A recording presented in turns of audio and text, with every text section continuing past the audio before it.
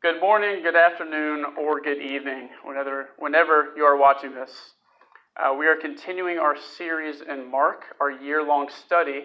And since we are looking at Mark over an entire year, we're given a lot of liberty to really dive into each chapter.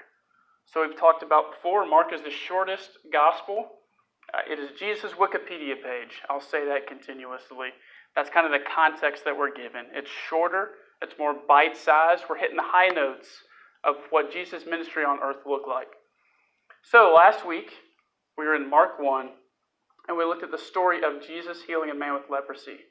Where we left off, Jesus told the man, present yourself to the priests in the synagogue, and then go tell nobody what happened. And so naturally, the man goes and tells everybody what happened. So Jesus can no longer stay where he is. People know exactly what's going on. They know about his ministry, and that's where we pick up in Mark 2. And this is verses 1 through 8 through 12. A few days later, when Jesus again entered Capernaum, the people heard that he had come home. They gathered in such large numbers that there was no room left, not even outside the door, and he preached the word to them. Some men came, bringing to him a paralyzed man, carried by 4 of them. Since they could not get him to Jesus because of the crowd, they made an opening in the roof above Jesus by digging through it, and then lowered the mat the man was laying on. When Jesus saw their faith, he said to the paralyzed man, "Son, your sins are forgiven." Now some teachers of the law were sitting there thinking to themselves, "Why does this fellow talk like that? He's blaspheming. Who can forgive sins but God alone?" Immediately Jesus knew in his spirit that this was what they were thinking in their hearts, and he said to them, "Why are you thinking these things? Which is easier to say to this paralyzed man, 'Your sins are forgiven,' or to say, 'Get up, take your mat, and walk'? But I want you to know that the Son of Man has authority on earth to forgive sins."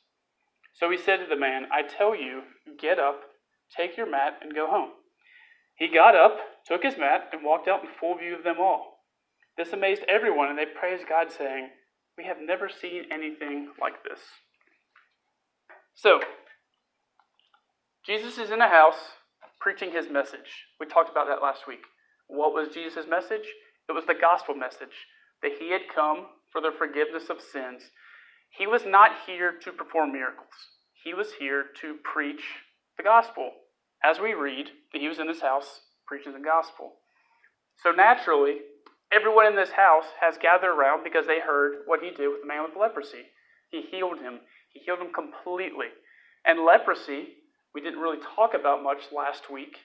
That was Emily's word. You can look it up again this week, Emily, and report on it.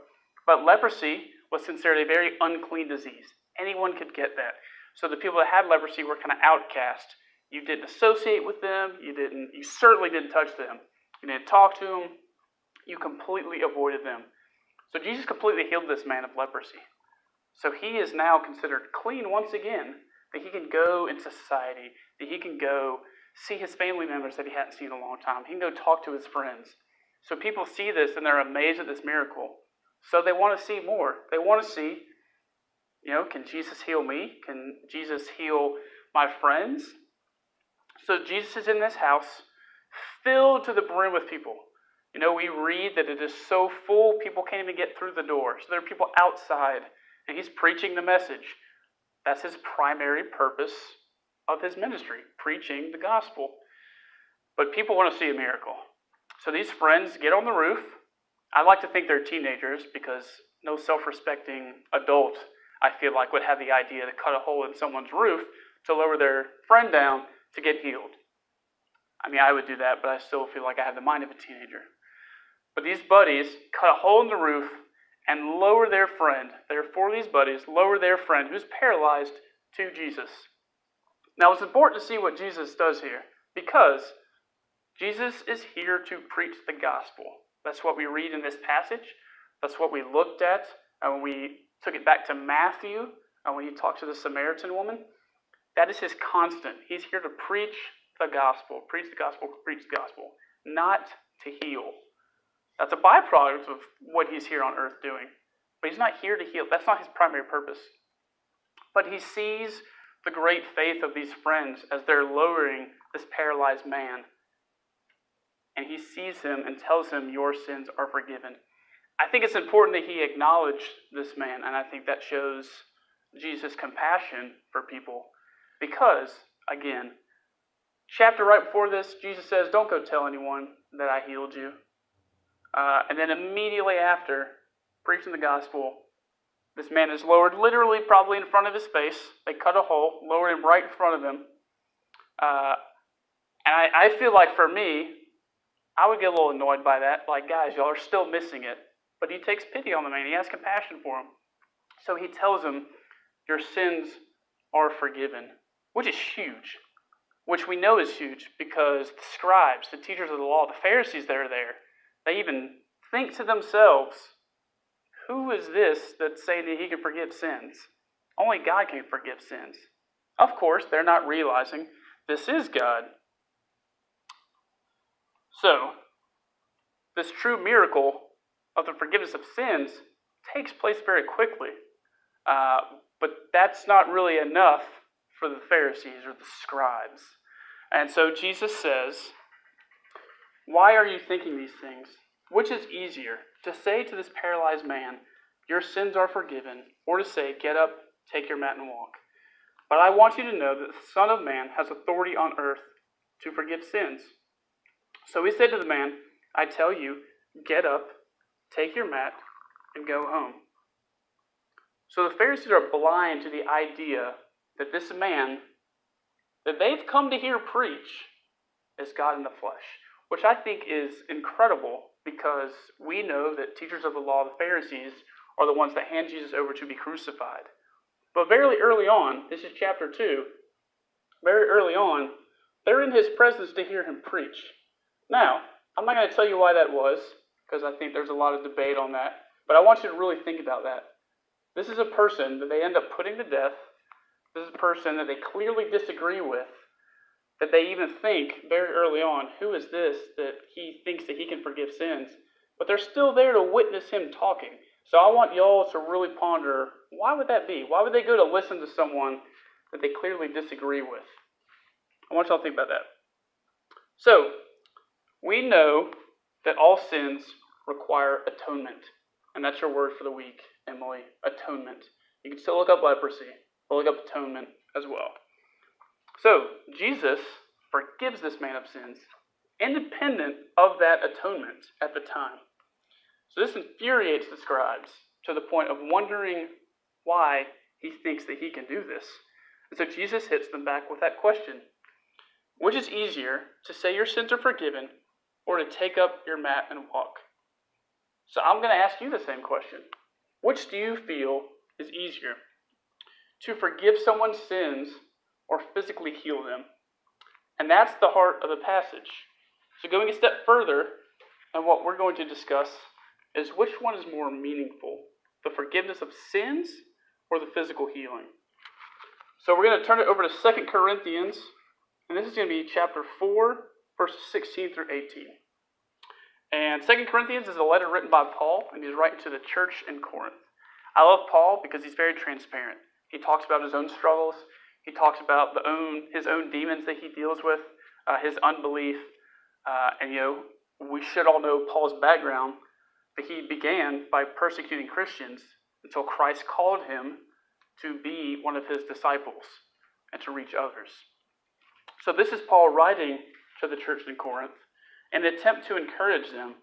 And I feel like he could have used this passage of Jesus healing the paralyzed man almost as a basis for his words here.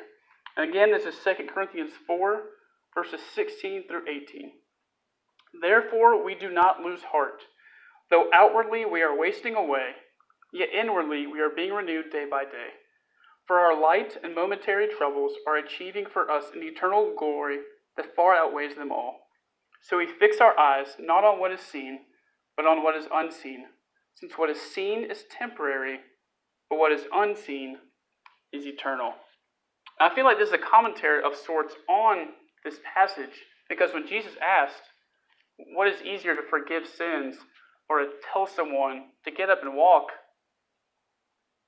If someone's paralyzed and you tell them to get up and walk, and they get up and walk, you can clearly see that they've been healed. When Jesus forgives sins, that is not something that is then it's not easily observable. You can't easily see that on someone. I can't look in the mirror and say, hey, your sins have been forgiven because this. I can see when someone has been physically healed. So when Jesus asks which is easier to say, I think that's a tricky question too. Is it easier for us? Now, we can't forgive each other's sins, but when someone wrongs you, is it easy to forgive them? I think sometimes we struggle with that as well. But kind of the purpose of this passage, and as we look at Paul's commentary, is what we're looking at is the difference between the physical and the spiritual.